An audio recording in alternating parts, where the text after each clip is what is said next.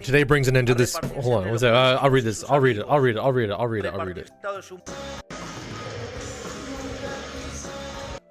Today brings an end to this idea that the state is shared among politicians and their friends. Today brings an end to the vision that perpetrators and the victims are the perpetrators. Today we retake the path that made this country great. Today we retake the path that made this country great. I think there's a going back to this. Like, this is what gets me, and before we actually read this, just so you have some context of what I'm thinking while I'm doing this. There is a real anger, because there's a lot of people out there that are politically taking over countries. But it's very polarizing in two ends. So you have people that are extreme freedom, and then you have people all the way over here that are people that are extreme communists, socially built people. And in the middle, we have like every average person that thinks like, okay, there's should be a mix between the two. But what happens is like someone swings a little bit too far one way, and then we swing too far the other way, and then we swing too far back, and then we swing too far, and it's like a rinse and repeat kind of thing. Every once in a while, the pendulum will kind of get to the middle, and we'll be like, oh, things are nice and safe, we're good. And it'll take some crazy person to flick it in one direction, and then it starts doing that again. So let's take a little look. Who knows? We'll see what happens. Argentinians have elected far-right outsider, Javier Milei, 53, as their new president. With almost all votes counted, Mr. Milei is won close to 56% in the decisive runoff, ahead of his left-wing rival, Sergio Massa, with 44%. The radical newcomer's victory has been described as a political earthquake. It has been welcomed by like-minded politicians such as U.S. ex-President Donald Trump, who said Mr. Milei would make Argentina great again. Brazil's former leader, Jair Bolsonaro, said that hope will shine again in South America. Sometimes dubbed El Loco, the madman, by his critiques, Mr. Milei promised drastic changes, which included ditching the local currency, the peso, for the US dollar, and blowing up the central bank in order to prevent it from printing any more money, which he argues is driving inflation. See, by the memes. Okay, this is I'm like a right-wing memester, okay? But I've got left-wing morals. And I think we can find a world that's right in between. Left-wing, I want to point out, it doesn't mean that the right-wing is amoral, but like in terms of helping people. So when he says like just like blow up the like inside the memester in me is like, yeah, let's fucking go, let's do it, woo, right? But then also like the other side of me, I'm like, ooh, I'm gonna be very, very careful. Patino's Hunter sent me a link in chat. Let me just take a peek. Wait, what is this? We read the rest of this? Oh, let's take. What is this? The video of him revving a chainsaw.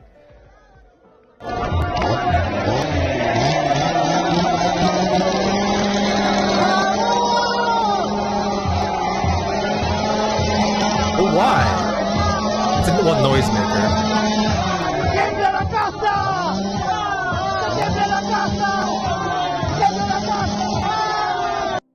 But what's interesting, I want to point out this too.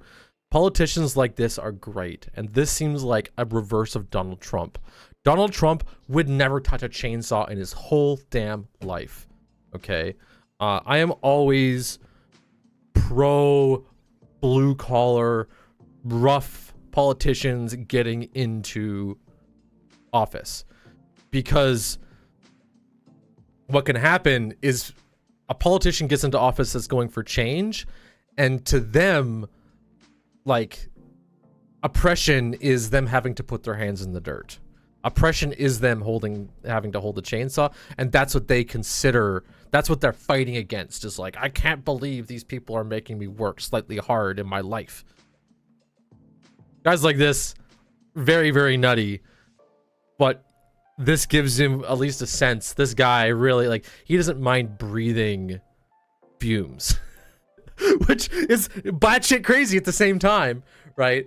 But also is very, like, very blue collar, very real, because the vast majority of people have had to breathe chainsaw fumes, other than the usual people that run the countries that we see happen to take over, you know.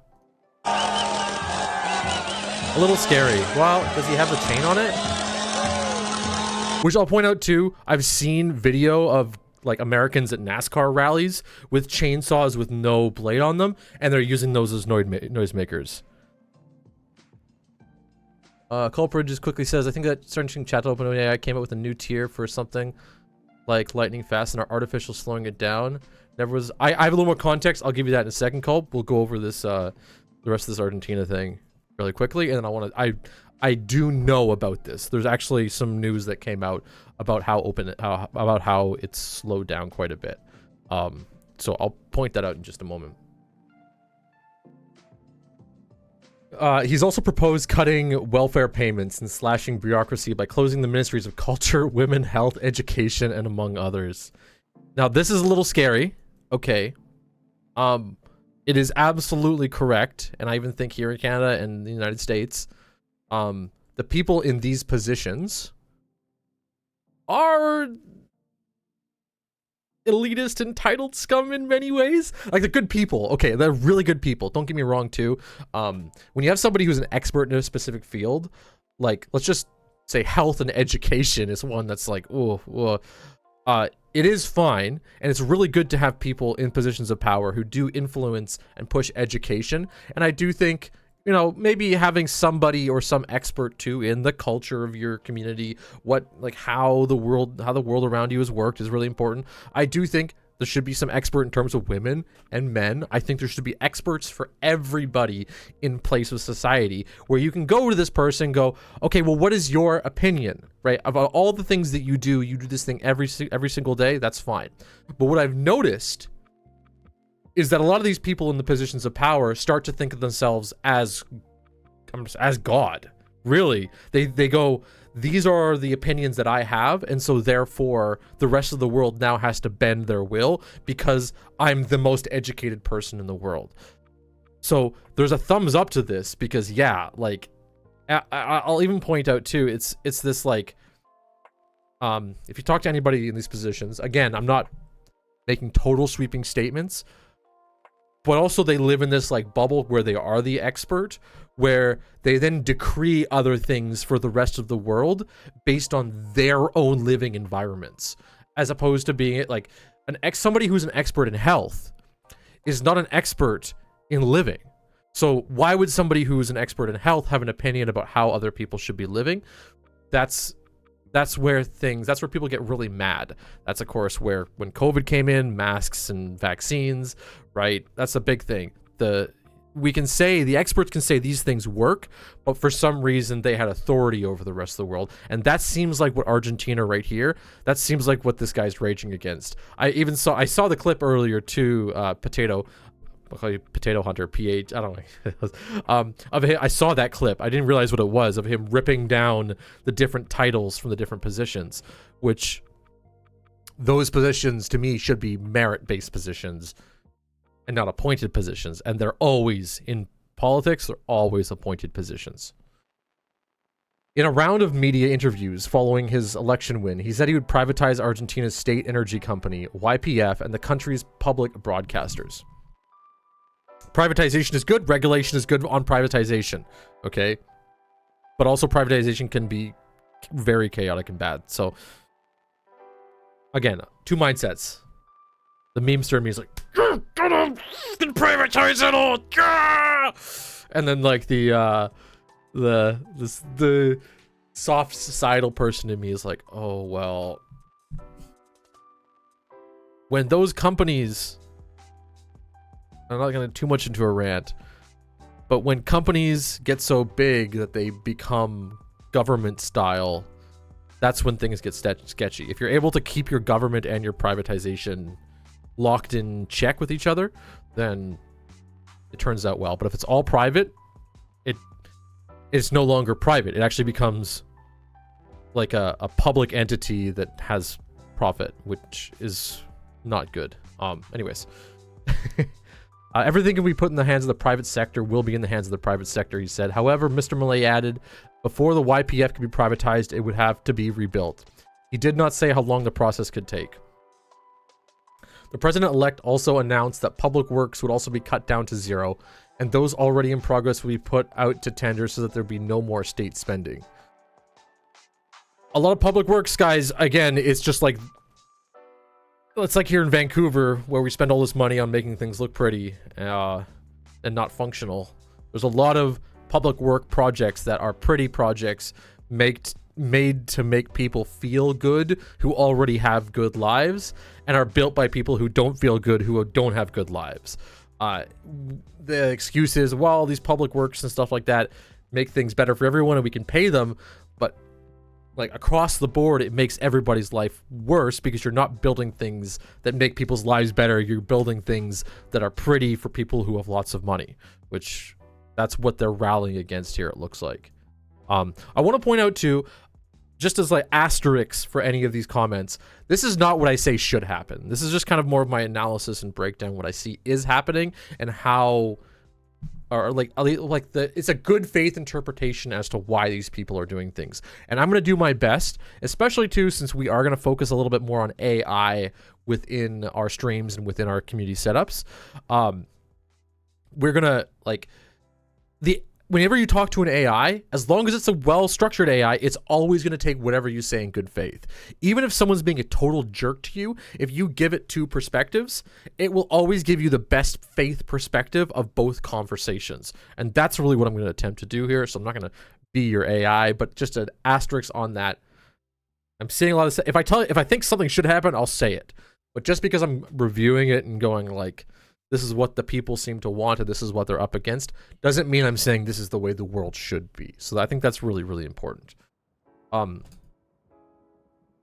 social issues, he wanted to loosen gun laws, abolish abortion, which was legalized in Argentina in 2020, and allow the state and purchase of human organs. This gets a little bit freaky.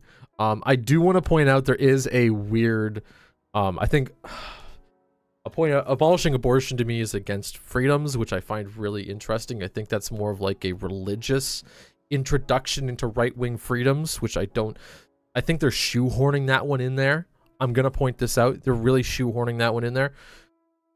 But this is a fight that's never going to end until we agree what rights are, which is never going to end. Which is legalized in Argentina. But yeah. Purchase of human organs is a little sketchy. We know this because it makes poor people want to sell their physical body parts. But also too, it makes it really hard to understand whether someone is being pushed by external forces to sell those body parts. Now, the argument on top of that is that everybody is forced to sell their labor anyways. So you're selling your body, you're selling your health for work. But it's really hard when it comes to vital parts of your body or functional parts of your body, whether or not something is being, whether or not it's actually like a real trade. The big thing about free markets is that the trade is consensual, right? Actually, I think that's the biggest word. We don't know whether selling the organ is consensual or not, because someone can say yes, but it isn't until like after the thing is done that the damage, that you might know that someone might not actually be consenting. They can say yes, but they're not consenting. Whereas when it comes to any type of other trade, let's say you have time for money, they can say yes, you don't consent, then you can easily recover amount of funds to make up for that time. But that's a moral argument. We're not going to go too deep into that either. All these tangents we can go off on because there's a lot. Obviously, it's the opinion of the politician on everything here. Mr. Millet's victory comes amid a deep economic crisis, which has seen an annual inflation rise to 143% and 40% of Argentinians living in poverty. While opinion polls conducted before the election given Mr. Millet a slight lead over Mr. Massa, the wide margins of his win, by more than 11% according to provisional results, has surprised many. Mr. Massa, who is the economy minister in the outgoing left-wing government quickly conceded defeat, saying, obviously the results are not what we had hoped for. Obviously.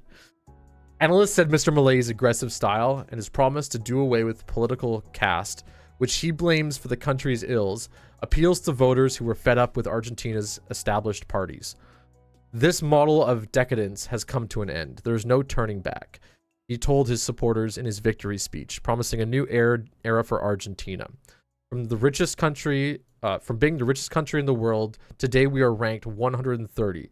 Half of Argentinians are poor, and the other 10% are destitute. Stop this impoverished model of the caste. Today we embrace the libertarian model, so as to return to being a global power, he said.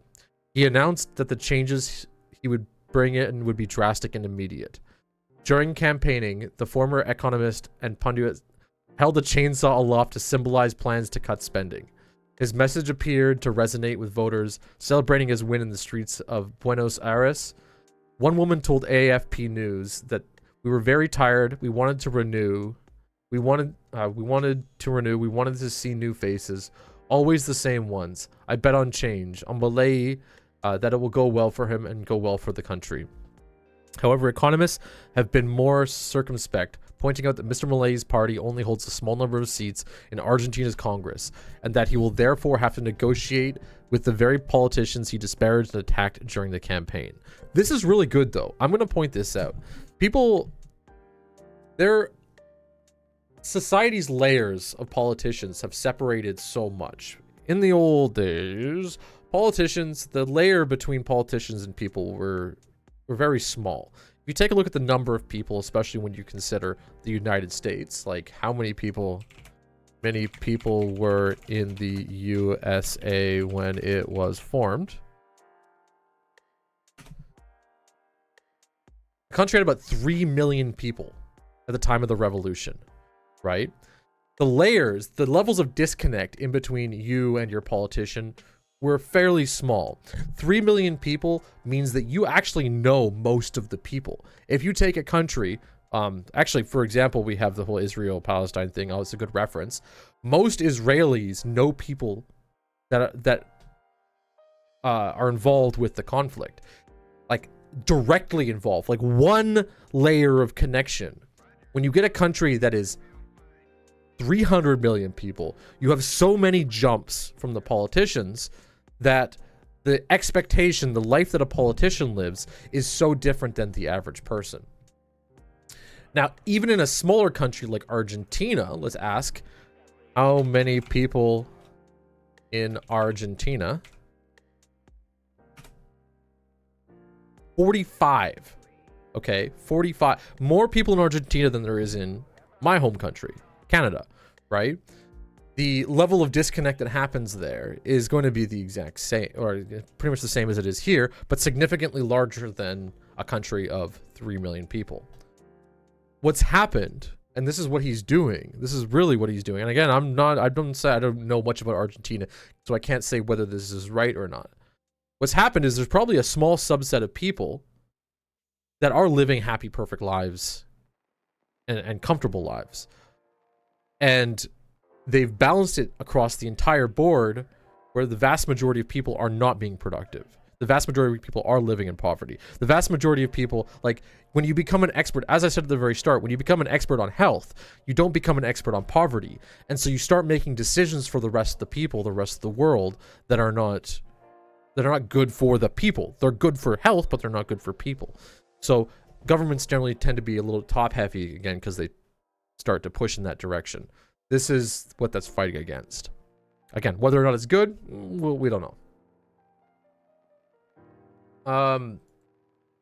But it is good too. I was saying it's good that the two sides are actually talking. They have to talk, right?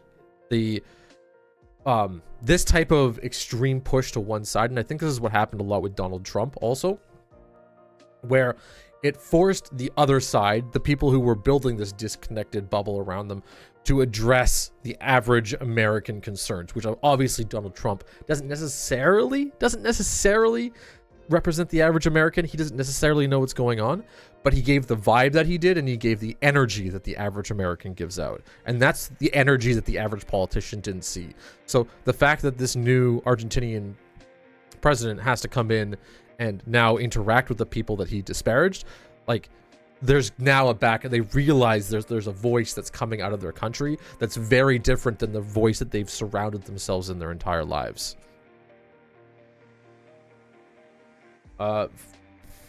Following his win in the first round, he stopped attacking the third place candidate, conservative Patricia Bullrich, who in turn threw her weight behind Mr. Milei in the second round. In his victory speech, he thanked both Ms. Bullrich and the conservative former president, Mauricio Macri, who had also endorsed him. And this is something, what can happen too is you do build this like, or people who are in power do build this like sphere of people around them that disconnect them from the rest of the world. And it's interesting too because the people around them, they'll flip-flop based on whatever, like that's how you survive in a lot of these political atmospheres, is your job is to be the voice of the people. Yes, he can go, well, you idiot, you're a dumbass, all that kind of stuff, no problem, and criticize them all they want. But the moment they start to show that they're not directly with that group, people like Milei, people like Trump go, well, you know, actually they're kind of my buddy here, because before they were full closed wall garden, now they're a little bit open, and then that's where people flip sides really quickly, right? It's to be expected, because words are really easy. Words are really cheap. It's easy to say somebody is like amazing or someone's really stupid.